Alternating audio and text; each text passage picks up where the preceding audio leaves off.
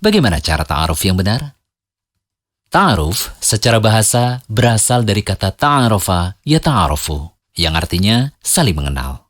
Kata ini terdapat di dalam Al-Quran, tepatnya di surah Al-Hujurat ayat ke-13. Ya ayyuhan nasu inna khalaqnakum min dzakarin wa untha wa ja'alnakum syu'uban wa qabaila lita'arafu. Hai manusia, sesungguhnya kami telah menciptakan kalian dari seorang pria dan seorang wanita, lalu menjadikan kalian berbangsa-bangsa dan bersuku-suku agar kalian saling mengenal. Kata lita'arofu dalam ayat tersebut mengandung makna bahwa aslinya tujuan dari semua ciptaan Allah itu adalah agar kita semua saling mengenal satu sama lain.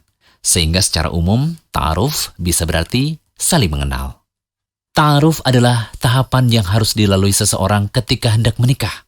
Pihak laki-laki dan perempuan perlu mengenal batasan-batasan ta'aruf agar proses perkenalan tidak melanggar aturan syariat.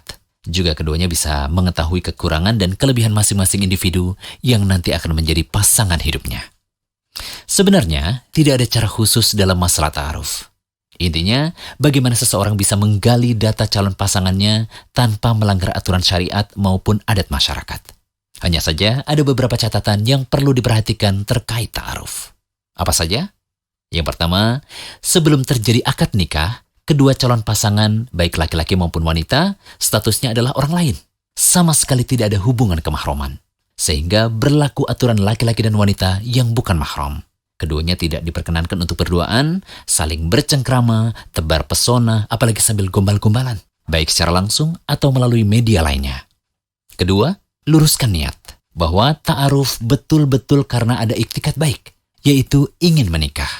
Bukan karena ingin mengoleksi kenalan atau icip-icip dan semua gelagat yang tidak serius. Karena hal ini dapat membuat peluang untuk memberi harapan palsu kepada orang lain.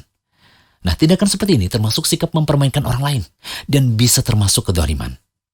Ketiga, ta'aruf bisa digunakan untuk menggali data pribadi. Hal ini bisa dilakukan dengan melalui tukar biodata.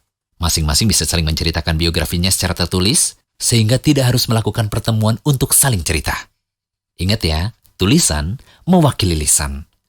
Meskipun tidak semuanya harus dibuka, tapi tentunya ada bagian yang perlu terus terang, terutama terkait data yang diperlukan untuk kelangsungan hidup berkeluarga.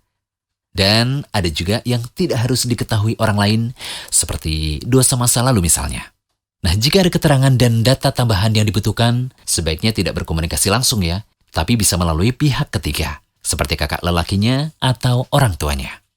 Keempat, setelah ta'aruf diterima, bisa jadi mereka belum bertemu, karena hanya bertukar biografi. Maka jika keduanya sudah benar-benar mantap dan menyetujui untuk lanjut ke jenjang yang lebih serius, bisa dilanjutkan dengan nadhar.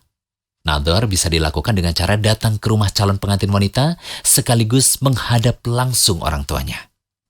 Lalu, bagian mana saja sih yang boleh dilihat ketika nadhar? Para ulama berbeda pendapat tentang batasan anggota badan wanita yang boleh dilihat ketika ia dipinang. Menurut jumhur atau mayoritas ulama, ialah dibolehkan melihat sebatas wajah dan telapak tangannya dan tidak boleh lebih dari itu. Oh iya, ada catatan penting nih saat kedua calon sudah sampai pada tahap ini. Tidak cukup ya dengan hanya melihat foto dan video wanita atau lelaki yang akan dipinang saja ya. Karena saat ini foto atau video bisa direkayasa, sehingga termasuk tindakan pemalsuan. Apalagi pakai filter untuk mempercantik wajah sesuai keinginan biar terlihat glowing. Nah, semoga catatan tentang ta'aruf yang kami bahas tadi bisa bermanfaat ya, terutama untuk kamu. Iya, kamu yang masih jomblo dan ingin segera menikah.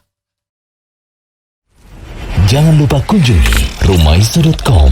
Update setiap hari, insya Allah.